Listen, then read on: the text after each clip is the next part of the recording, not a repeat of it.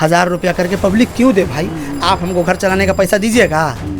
आज जो लोग रिक्शा चला रहे हैं, दिन का मुश्किल से 400-500 कमाते हैं, अब उन लोग के पास पैन कार्ड ही नहीं है, या फिर आधार है तो पैन नहीं है, पैन है तो आधार नहीं है, तो वो लोग तो दिन का 1000 कमाने, तो आप 1000 दीजिएगा। मोदी जी देंगे कि योगी जी देंगे कि निर्मला तय देगी? कौन देगा?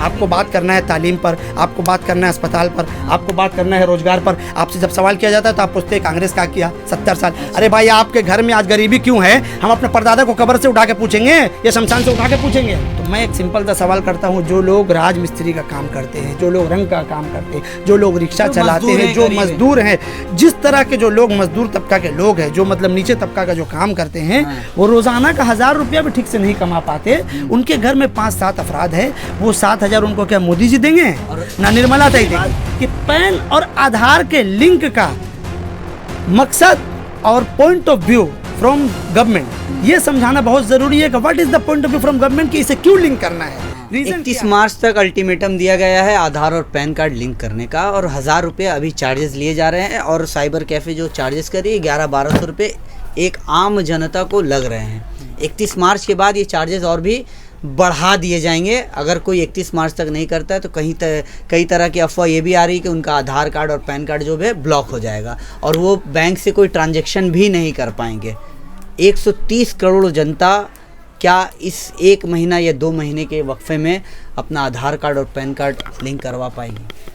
सबसे पहली बात तो मैं आपका शुक्रिया अदा करता हूं कि आपके चैनल ने मुझे बुलाया।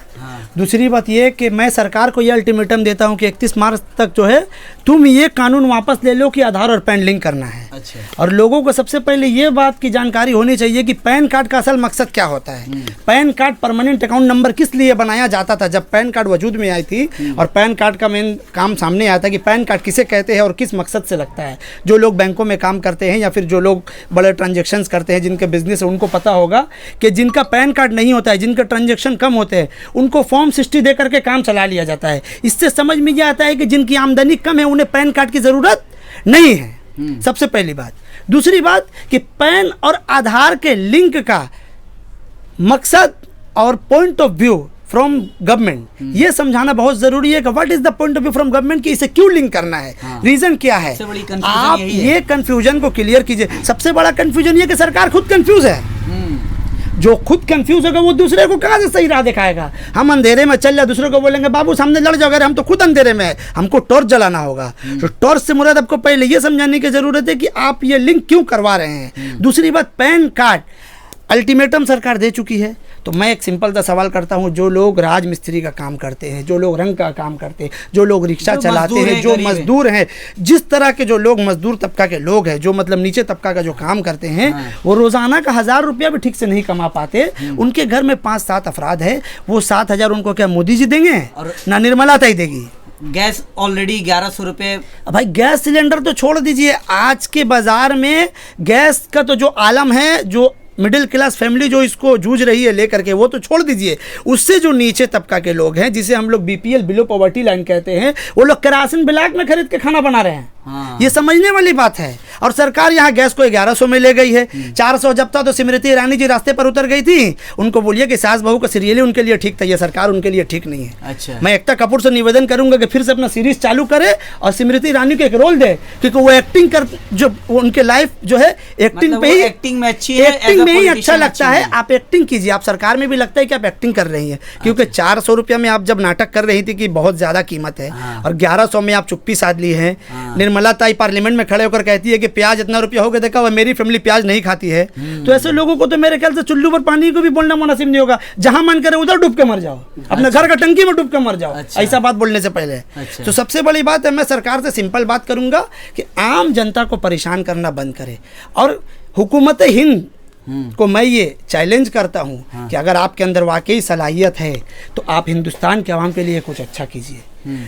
अदानी के लिए अच्छा नहीं कीजिए, अंबानी के लिए अच्छा नहीं कीजिए, आप आवाम के लिए अच्छा कीजिए। जिस आवाम ने आपको वोट, अब आप बताइए, कुछ दिन पहले बोले थे कि NRC होगा, CA होगा, वोटर कार्ड की कोई अहमियत नहीं है। जो 70 से पहले का उसका कोई वैल्यू नहीं। जिस वोटर कार्ड की बुनियाद पर इन लोगों ने 2014 में मेजोरिटी की सरकार बनाई, उस वोटर कार्ड की कोई अहमियत नहीं है। तो इससे बौखलाहट वाली सरकार कहीं कोई देखा है भाई? आप लोग देखे हैं? आप देखे कहीं? तो ये बौखलाहट क्यों है? ये बौखलाहट सिर्फ इसलिए है कि पब्लिक को गुमराह किया जा रहा है और पशपर्दा एक अपना मकसद चल रहा है ताकि देश के पैसा को विदेश ले जा करके ये लोग आराम से जो है अपनी आगे की ज़िंदगी को गुजार सके। अडानी ने जो घोटाला किया है, क्या लगता है आपको कि उस घोटाले की भरपाई करने के लिए 1000 रुपये आम जनता से ली जा रही है? देखिए, सबसे बड़ी बात है कि बीजेपी के पास हमेशा एक बैकअप प्लान होता है। हाँ। जब कोई देश के खिलाफ मुद्दा उठाया जाता है वो एक दूसरे मुद्दे में जो है लोग को उलझा दिया करती है। अच्छा। ये सरकार सबसे बड़ी खूबी यही है और बहुत आसानी से ये लोग ये काम कर पाते हैं क्योंकि उनका साथ देने के लिए, जिसे हम लोग फोर्थ पिलर ऑफ डेमोक्रेसी यानी कि मीडिया कहते हैं, वो आज के डेट में बक चुके, जिन्हें हम सब गोदी मीडिया के नाम से जानता है। मैं उन लोगों का नाम नहीं लूँगा, आप सब जानते हैं। अच्छा। तो ये उन बहुत कारगर साबित होते हैं इस काम को करने के लिए। अब जब बात आई एनआरसी पर तो आप चले जा रहे हैं टीपू सुल्तान पर। टीपू सुल्तान का हड्डी का सुरमा हो गया, आप अभी उस पर डिबेट कर रहे हैं। ये कहाँ का समझदारी की बात है भाई?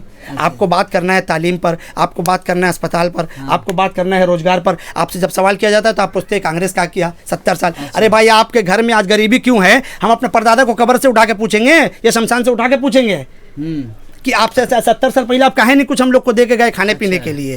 तो ये सरकार जो है सिर्फ पब्लिक को आमतौर पर बेवकूफ़ समझती है और वाकई में हम लोग बेवकूफ़ हैं। लेकिन कुछ जनता ये भी कह रही है कि अगर मोदी जी सत्ता से हट गए तो मुगल राज आ जाएगा। तो इस डर से भी वो लोग कहीं ना कहीं मोदी प्रधानमंत्री को जिता रहे हैं 2014 में, फिर 2019 में, और आने वाले 2024 इलेक्शन में भी वो भारी बहुमत से मोदी जी को जिताएंगे। वो लोग एकदम सही बात बोल रहे हैं। वो लोग एकदम सही बात बोल रहे हैं और चूंकि जो लोग ये बात बोल रहे हैं ना, वो बोल नहीं रहे, उनको बुलवाया जा रहा है। अच्छा। आपने वांटेड पिक्चर देखा होगा, सलमान खान का उसमें एक डायलॉग था कि जब विनोद खन्ना बोलता है गनी भाई को, तू आया नहीं लाया गया है। हाँ। तो ये लोग बोल नहीं रहे, बुलवाया जा रहा है पैसा दे करके। मुगल कब आए कब चले गए भाई? बादशाहत का ज़माना गया, अंग्रेज़ों का ज़माना गया भाई। हम उस बंगाल से है जहाँ से नेताजी सुभाष चंद्र बोस का भी हुआ करते थे कि तुम मुझे खून दो मैं तुम्हें आज़ादी दूंगा। हाँ।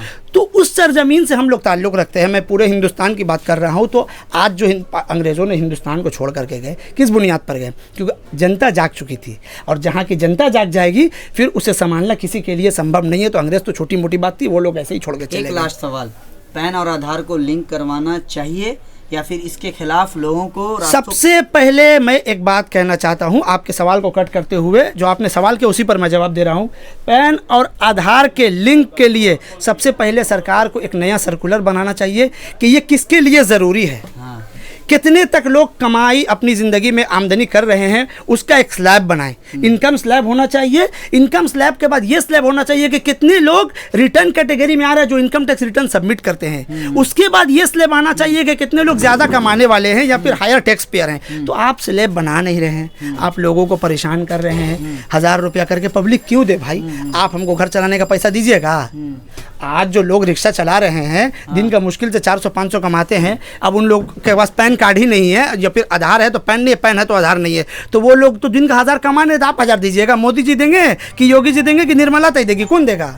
लेकिन गवर्नमेंट डेटा के मुताबिक, ये आपके बात से एक सवाल और निकल के आता है कि गवर्नमेंट डेटा के मुताबिक 80% लोगों की जो सैलरी है, मंथली सैलरी, वो 25,000 से कम है। महंगाई है, लोगों का खर्च है अपना पर्सनल, और साथ ही साथ ये 1000 रुपये, अगर 10 फैमिली मेंबर है तो 10,000 रुपये। देखिए, ये तो एक सरकार जब भी कुछ बनाती है तो अपना एक आंकड़ा पेश करती है। 20-25 हज़ार को दूर की बात है, मतलब कोरोना के बाद से 10,000 रुपये कमाने के लोग के लाले पड़े हुए हैं। लोग खाने बगैर तरस रहे हैं। सबको इस बात से वाकफियत है। और सरकार जो एक राशन वाला बेवा भट्टा और राशन ये सब जो स्कीमें लाई है, आधे से ज़्यादा तो उनके पार्टी के वो लोग खा लेते हैं, अपने लोगों को बांट देते हैं। लोगों को 10,000 से 7,000 कमाना मुश्किल है, 25,000 की क्या बात कर रहे हैं साहब? आप ग्राउंड लेवल पर बोलिए, मोदी सरकार को आकर के कम से कम सर्वे करे, अपने नेताओं को बेचे। नेताओं के एसी रूम से फुर्सत क्या है जो ग्राउंड लेवल पर आकर बात करे आम इंसान से कि आम इंसान ज़िंदगी कैसे गुजारता है? इस चीज़ को समझना ज़रूरी है।